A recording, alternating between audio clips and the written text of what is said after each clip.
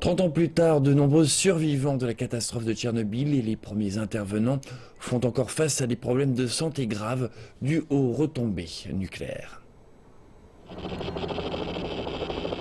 C'est le 26 avril 1986 aux Aurores qu'une explosion a ébranlé le quatrième réacteur de la centrale nucléaire de Tchernobyl.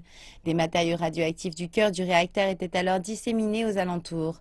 Pendant 15 jours, le feu n'a pas faibli. Les pompiers présents sur le site ont reçu jusqu'à 200 fois la dose mortelle de radiation. Nikolai Ostrestov était un scientifique chevronné dans le domaine nucléaire du site de Tchernobyl.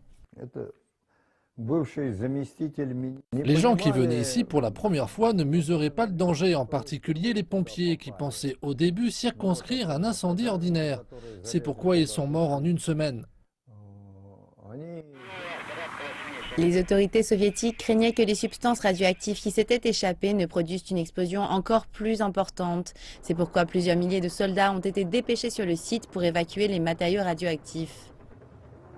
Nous étions conscients du danger de nos actions, mais les soldats se trouvaient dans une position très difficile.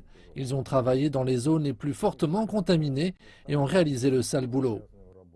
Nikolai Ostrestov a lui-même connu des complications cardiaques et a été frappé par un cancer. Pour lui, ce sont les radiations qui ont provoqué ces problèmes de santé. Voici le dessin d'un monument que les responsables russes souhaitent ériger au cœur de ce mémorial situé à Moscou en mémoire des premiers intervenants de la catastrophe nucléaire. Plus de 8000 soldats et pompiers ont risqué leur vie pour limiter les retombées.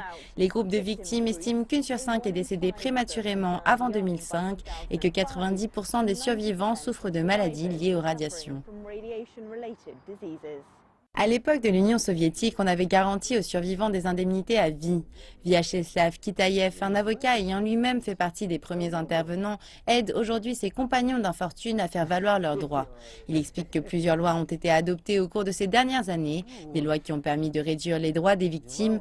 En 2004, elles perdaient la gratuité des soins médicaux et des transports. Plus tard, ce sont les paiements qui étaient plafonnés.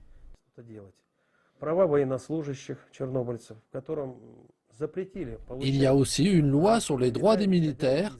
On ne les a pas autorisés à être indemnisés pour les dommages provoqués. À 3 reprises, la Cour constitutionnelle a estimé que cela était contraire à la Constitution. Il ajoute que les survivants de l'explosion nucléaire ne peuvent pas subvenir à leurs besoins médicaux. Certains ne perçoivent d'ailleurs mensuellement que l'équivalent de 15 $ de la part du gouvernement. Aujourd'hui, ils continuent à se battre pour obtenir les indemnités qui leur ont été promises il y a 30 ans.